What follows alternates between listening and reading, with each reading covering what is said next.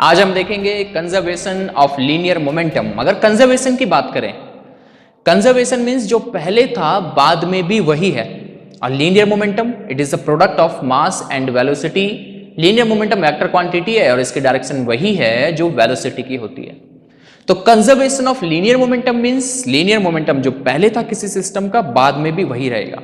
ठीक है, इसको समझते हैं। खैर आपने 9th में भी पढ़ा होगा, उसी को थोड़ा हम एक्सटेंड करेंगे। Newton second law of motion की बात करें,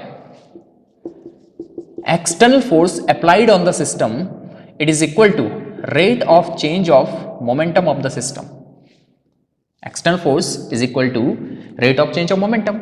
ठीक है, सपोज किसी सिस्टम में नेट एक्सटर्नल फोर्स लग ही नहीं रहा, जीरो लग रहा है। नेट एक्सटर्नल फोर्स कितना लग रहा है? जीरो लग रहा है। ठीक है, तो क्या होगा? अगर ये जीरो है मतलब dp upon dt equal to zero. और किसका डिफरेंशिएशन जीरो होता है? जो टर्म कांस्टेंट होता है। इसका मतलब लीनियर मोमेंटम सिस्टम का कांस्टेंट रहेगा कब? जब उसमें नेट एक्सटर्नल फोर्स जीरो लगेगा। समझ गए? चलो इसको लिख लेते हैं। In the absence of any external force, in the absence of any external force, linear momentum of an isolated system, in the absence of any external force, linear momentum of an isolated system means जो अलग थलग है, जिसपे कोई external force नहीं लग रहा है। linear momentum of an isolated system remains constant. This is principle of conservation of linear momentum. In the absence of any external force, linear momentum of an isolated system remains constant. समझ गए कैसे? According to Newton's second law of motion, net external force acting on the system is rate of change of momentum. If net external force is zero, dp upon dt equal to zero, it means this is constant. Linear momentum is constant. Clear हुआ? चलो अब इसके applications कर लेते हैं। Applications आपने पढ़े हैं 9th में भी, देख लेते हैं इनको एक बार फिर से। First, recoil of a gun. आपने देखा होगा, गन चलाने का मौका पता नहीं आपको मिला है कि नहीं, लेकिन मेले में तो मिला होगा। वो गुब्बारे फोड़ते हैं ना, उससे मतलब कुछ देता है वो प्राइज वगैरह। ठीक है, तो आपने देखा होगा जब आप उससे फायर करते हैं, बुलेट चलाते हैं उससे, तो गन पीछे के लिए आती है। This is recoil of a gun. क्यों आती है? इसको हम principal of conservation of linear momentum से समझा सकते हैं। कैसे? देखो, यहां पे ये है गन, ये है इसका ट्रिगर। जब आपने ट्रिगर प्रेस किया तो यहां से बुलेट निकलती है आगे, ये बुलेट आगे जाती है, ठीक, और गन पीछे के लिए आती है। कैसे इसको समझा सकते हैं principal of conservation of linear momentum से? देखते हैं। देखो, क्या यहाँ पे कोई एक्सटर्नल फोर्स लगेगा बुलेट को आगे भेजने के लिए? नहीं, वो तो गन ही से आगे जा रहा है, तो एक्सटर्नल फोर्स जीरो है, मतलब लीनियर मोमेंटम रहेगा कंजर्व। इस सिस्टम का लीनियर मोमेंटम कांस्टेंट रहेगा। लीनियर मोमेंटम कंजर्व रहने का मीनिंग इनिशियल मोमेंटम, ध्यान देना, initial momentum of the system will be equal to final momentum. Initial momentum of the system will be equal to final momentum of the system. ठीक है, initial momentum कितना है? System की बात करें तो इनिशियल मोमेंटम ऑफ गन, तो मैं इसको पीजीआई लिख रहा हूं, initial momentum of gun, I initial gun का, initial momentum of gun plus initial momentum of bullet, PBI, initial momentum of bullet, it is equal to final momentum of gun plus final momentum of bullet. ठीक है, initial momentum of gun plus initial momentum of bullet, it is equal to final momentum of gun plus final momentum of bullet. और momentum क्या होता है? Mass into velocity. ठीक, अगर initial momentum देखें gun का तो कितना है? गन का इनिशियल मोमेंटम कितना है? इनिशियली तो रेस्ट में है, जीरो। ठीक, बुलेट का, बुलेट भी रेस्ट में है पहले जीरो। क्यों हुआ zero?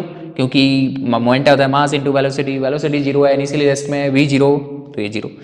Final momentum of gun, gun का फाइनल मोमेंटम, इसको ऐसे ही रहने देता हूं। देखो यहाँ पे अभी मैं सिंपल समझा देता हूं आपको। फाइनली गन पीछे आई ना, तो कुछ तो मोमेंटम होगा उसका। बुलेट आगे गई, उसका भी कुछ मोमेंटम होगा। इसको देखो, ये जीरो हो गया, इसको यहाँ ला जाओ, तो final momentum of bullet is equal to, या हम कहें फाइनल मोमेंटम ऑफ गन, इसको इधर लेके आ गए ना, final momentum of gun it is equal to negative of final momentum of bullet. इसका मतलब क्या हुआ? अगर बुलेट आगे चल रही है तो गन पीछे आएगी, क्योंकि नेगेटिव साइन आया। ठीक, ये वेक्टर है, चाहे तो वेक्टर भी लगा लो, ऐसे ऐसे वेक्टर लगा लो इसमें। वेक्टर में नेगेटिव आ गया मतलब गन का मोमेंटम, गन का फाइनल मोमेंटम बुलेट के फाइनल मोमेंटम से अपोजिट है। नेगेटिव का मतलब अपोजिट, तो बुलेट अगर आगे निकली तो गन पीछे आएगी। ठीक है, इतना समझ गए। चलो अच्छा, इसको ओपन कर लेते हैं। देखो एक और इंटरेस्टिंग कुछ आएगा यहाँ पे। Final momentum of gun, mass of gun, velocity of gun, it is equal to negative of final momentum of bullet. Momentum is mass into velocity, mass of bullet, velocity of bullet, ये vector quantity है, vector लगा लो। ठीक है, अब देखो velocity of gun कितना हो गया, velocity of gun it is equal to minus M B V B upon M G, ऐसे लिख सकते हैं ना वेलोसिटी ऑफ गन। ध्यान देना यहाँ पे, एक और अच्छी बात बताता था मैं आपको। मास ऑफ गन तो ज्यादा होगा ना बुलेट से, बुलेट का मास ज्यादा होता है और गन का कम, ऐसा होता है क्या? नहीं, गन का मास ज्यादा होता है। M G is greater than M B. अगर ये ज्यादा है, अगर ये ज्यादा है, अगर ये ज्यादा है, इसका मतलब velocity of gun will be less than velocity of bullet. अगर ये ज्यादा है तो ये कम होगा, ये ज्यादा है तो ये कम होगा, मतलब गन की वेलोसिटी कम होगी और बुलेट की वेलोसिटी ज्यादा होगी। तो गन रिकॉइल करती है, पीछे आती है, लेकिन बुलेट से कम वेलोसिटी से। कि बुलेट के बराबर वेलोसिटी से पीछे आती है वो, नहीं तब तो पकड़ भी नहीं पाएंगे। बुलेट की वेलोसिटी ज़्यादा होती है, गन की रिकॉइल की वेलोसिटी कम होती है, क्योंकि गन का मास ज़्यादा है, इसका मास ज़्यादा है तो गन की वेलोसिटी कम। समझ गए? ठीक है। और भी एप्लीकेशंस इसके हो सकते हैं, जैसे बोट से कोई आदमी कूद रहा है नीचे नदी में, है ना, ये नदी है, यहाँ पे बोट में कोई आदमी है, यहाँ से कूद रहा है वो नदी में। जब ये यहाँ कूदेगा तो बोट पीछे के लिए आती है, क्यों? ऐसा क्यों? ये आप समझा सकते हैं according to principle of conservation of linear momentum. पहले जब ये आदमी यहीं था बोट पे तो इनिशियल मोमेंटम जीरो, जब ये यहाँ कूदा तो इसका मोमेंटम ये डायरेक्शन में, मोमेंटम को कंजर्व रखने के लिए बोट को पीछे ही जाना पड़ेगा। ठीक हो गया? ठीक है। अगर हम बात करें रॉकेट्स की जो ऊपर जाते हैं, चाहे वो दिवाली वाले रॉकेट हो गए या रियल के रॉकेट हो गए या जेट प्लेन हो गए, तो आपने देखा होगा ऐसे ऊपर जाते हैं, उनका फ्यूल होता है, फ्यूल वो नीचे के लिए भेजते हैं, है ना, फ्यूल नीचे भेजते हैं। तो मोमेंटम को कंजर्व रखने के लिए अगर फ्यूल नीचे आ रहा है तो इनको अपोजिट में जाना पड़ेगा ऊपर, ठीक, तभी मोमेंटम कंजर्व रहेगा। चलिए इतनी बात समझ में आ गई, समझ गए क्या है ये principal of conservation of linear momentum. इसके अलावा और भी सारे एप्लीकेशंस हो सकते हैं, ठीक, बहुत सारे एप्लीकेशंस हो सकते हैं, आप उनको देखते रहिए, सर्च करते रहिए। चलो फिलहाल 2-3 क्वेश्चंस कर लेते हैं, इसमें क्वेश्चंस कर लेते हैं। 3 क्वेश्चंस है आपके पास। अच्छा एक बात ध्यान रखिए, करने से पहले principal of conservation of momentum apply करने से पहले जो भी वेलोसिटी इधर की साइड होगी वो प्लस ले लो और इधर की साइड वाली माइनस, या तो इधर वाली प्लस ले लो, इधर वाली माइनस, ठीक, अच्छा यही रहेगा, इधर वाली प्लस इधर वाली माइनस, या हम कहें कि इधर वाले मोमेंटम प्लस इधर वाले मोमेंटम माइनस, ठीक है, इसका ध्यान रखना है। चलो आप क्वेश्चंस कर लेते हैं। फिर ये वाला क्वेश्चन देखो, इसके 4 ऑप्शन है, 40, 80, 120, 160। आप भी करते रहिए, मैच करिए सही आता है या नहीं। एक 30 kg shell is flying at 48 metre per second, 30 kg का सेल है, इतनी वेलोसिटी से चल रहा है। व्हेन इट एक्सप्लोड्स, जब उसका एक्सप्लोजन होता है, उसका 1 पार्ट 18 kg का रुक जाता है, रिमेनिंग पार्ट फ्लाइज ऑन, बाकी जो बचा हुआ पार्ट है वो उड़ता रहता है, चलता रहता है। Find velocity of the latter, इसकी वेलोसिटी फाइंड करो जो रिमेनिंग पार्ट है, ठीक है। तो नेक्स्ट नेट एक्सटर्नल फोर्स 0 है, तो initial momentum equal to final momentum. Initially तो वो एक ही सेल था ना, तो वो तो एक ही पार्ट था, तो इनिशियल मोमेंटम कितना हो जाएगा, mass 30 into velocity 48, it is equal to final momentum. Finally वो 2 पार्ट बन गए। 18 kg वाला इसका मोमेंटम देखते हैं, m इंटू वी, ये रुक जाता है तो वेलोसिटी 0, प्लस बचा हुआ पार्ट, बचा हुआ कितना हो गया, 30 था वो पहले, 18 का एक बना तो दूसरा बना 12 का, m इंटू वी, उसकी वेलोसिटी कितनी फाइंड करनी है, यही तो फाइंड करनी है, ठीक है। 12 वाले की वेलोसिटी, जो रिमेनिंग पार्ट था 12 kg का, उसकी वेलोसिटी कितनी होगी, 18 इंटू 0 इज 0, तो 30 इंटू 48 इक्वल टू 12 वी, ये गया 4, तो ये हो गया 120 metre per second.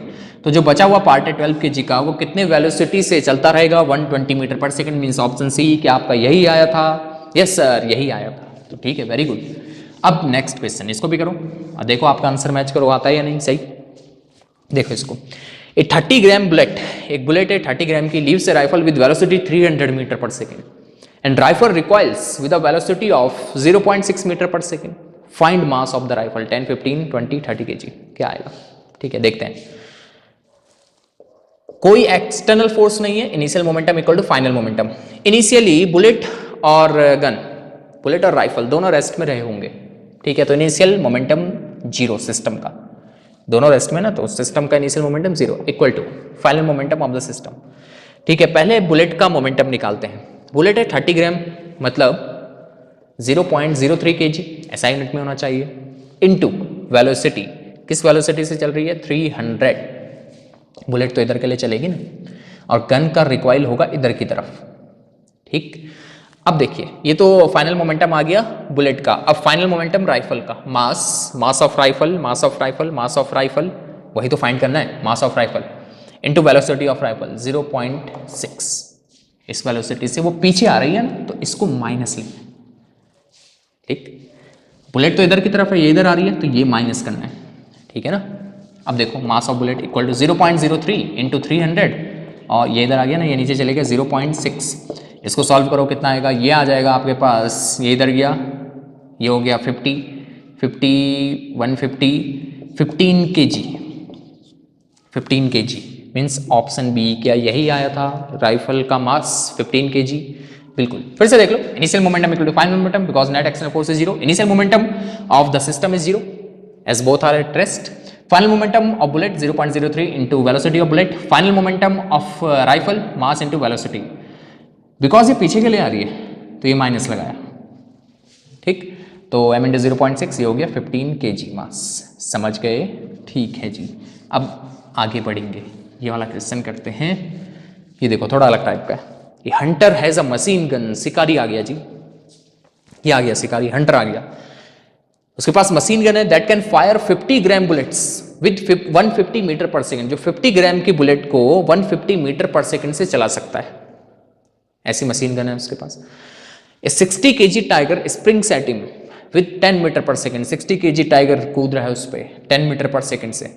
How many bullets must the hunter fire in order to stop him in track, कितनी बुलेट उसको फायर करनी पड़ेंगी टाइगर पे कि टायर अपनी ही ट्रैक में रुक जाए, 20, 40, 60, 80 बताइए, ठीक है। कैसे करना है, देखो फिर से कोई एक्सटर्नल फोर्स नहीं है, सिस्टम है यहाँ पे बुलेट्स का और टाइगर का सिस्टम बना हुआ है, एक्सटर्नल फोर्स नहीं है, तो लीनियर मोमेंटम कांस्टेंट रहेगा, कंजर्व रहेगा, तो इनिशियल मोमेंटम यहाँ पे भी फाइनल मोमेंटम के इक्वल। अब देखो टाइगर को अपनी ही ट्रैक में स्टॉप करना है, कितनी बुलेट उसको टाइगर पे चलानी है, मतलब टाइगर और बुलेट फाइनली रुक जाएंगी, स्टॉप करना है ना उसको, तो टाइगर और बुलेट्स फाइनली रुक जाएंगी, तो सिस्टम का फाइनल मोमेंटम कितना होना चाहिए, जीरो। फाइनली रोकना है ना उसको, स्टॉप करना है, तो final momentum of the system must be zero, ठीक है। इनिशियल मोमेंटम की बात करें, टाइगर यहां से ऐसे कूद रहा था उसकी तरफ, बुलेट चलाई उसने इधर की तरफ, ठीक। अब देखो इनिशियल मोमेंटम ऑफ टाइगर, पहले टाइगर की बात करते हैं। टाइगर का मास 60 kg, टाइगर की वेलोसिटी 10 मीटर पर सेकेंड, इधर के लिए है देखो, टाइगर ऐसे, चाहे तो टाइगर ऐसे ले लो और वो फायर कर रहा है, कुछ भी ले लो जो भी अच्छा लगे, एक को प्लस एक को माइनस तो आना ही है, प्लस। अब बुलेट का लेते हैं, मैंने ये वाला लिया, बुलेट का लेते हैं। बुलेट का मास 50 ग्राम, केजी में कर लें, यस सर, 0.05 इंटू बुलेट की वेलोसिटी 150। सपोज उसने n बुलेट्स चलाई होंगी, तो n इंटू ये, एक बुलेट का मोमेंटम कितना हो गया 0.05 इंटू 150। रोकने के लिए सपोज उसने n बुलेट्स चलाई, तो इनका मोमेंटम कितना हो गया n इंटू 0.05 इंटू 150, ठीक हो गया, ठीक है। अब देखो हो गया बस काम, इसको यहां लेके जाओ, तो n इंटू 0. हमें n फाइंड करना है, number of bullets, n into 0.05 into 150 equal to 600, ये इधर आ गया ना 600, तो n इक्वल टू ये हो गया 4 अपॉन 0.05, ये हो गया हमारे पास 400 अपॉन 5, ये दो इधर जाएगा, 400 अपॉन 5 तो मतलब 80, तो कितनी बुलेट्स उसको चलानी पड़ेंगी, 80 बुलेट्स, समझ आ गया। तो ऐसी प्रैक्टिस करते रहें, आज के लिए इनफ है, बाकी नेक्स्ट लेक्चर में। Thank you.